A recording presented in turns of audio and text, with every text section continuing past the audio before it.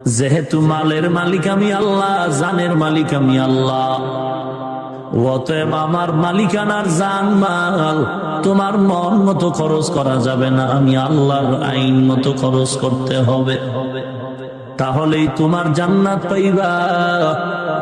এই জান্নাতের ঘোষণাটা আমভাবে আল্লাহ মুমিনদের দিয়া দিলেন।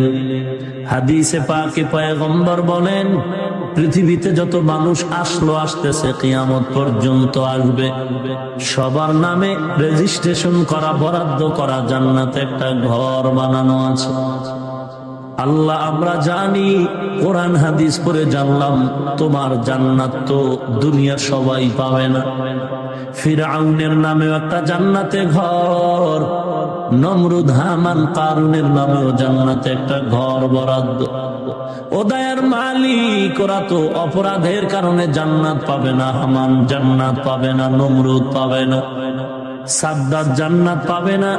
ওদের বানানো জান্নাত গুলো তুমি কি করবা হে আল্লাহ? আল্লাহ জানায় দেন, হে গোলাম একটু ভালো করে শুনে নেও, দুনিয়ার জমিনে আমি আল্লাহ তোমাদের উপরে কিছু ডিউটি দিয়ে দিলাম, মূল ডিউটির বিনিময়ে তোমাদের নির্ধারণ করা জান্নাত তো পাইবা, কোনো সন্দেহ নাই। তবে যারা মূল ডিউটির পরে আমি আল্লাহর দেওয়া কিছু ওভার ডিউটি আছে, ওভার ডিউটি 5 ওয়াক্ত নামাজ মুমিনের জন্য মূল ডিউটি, কিন্তু তাহাজ্জুদ নামাজ ওভার ডিউটি। 5 ওয়াক্ত নামাজ আদায়ের পর যারা আসরের নামাজের আগে 4 রাকাত সুন্নত মূল ডিউটির পরে ওভার ডিউটি করবে, মাগরিবের নামাজের সুন্নতের পরে আরো বেশি 6 রাকাত আউয়াবিনের নামাজ ওভার ডিউটি হিসাবে পালন করবে। বছরে একবার ধনী লোক যাকাত দিবা, মূল ডিউটি। মাঝে মাঝে তুমি এতিমের সহযোগিতা করো, ওভার ডিউটি। মাঝে মাঝে মসজিদে টাকা দাও, মাদ্রাসায় টাকা দাও, ওভার ডিউটি। ওরে বান্দা, জীবনে ধনী একবার বাইতুল্লাহর জিয়ারত করবা, মূল ডিউটি। মাঝে মাঝে আবার বাইতুল্লাহর জিয়ারত তোমরা করবা, ওভার ডিউটি।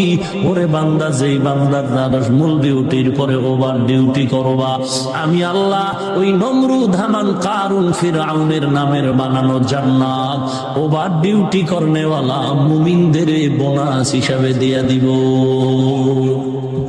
या इलाही तू मेरा माबूद है, या इलाही तू मेरा माशूक है, या इलाही तू मेरा सत्तार है।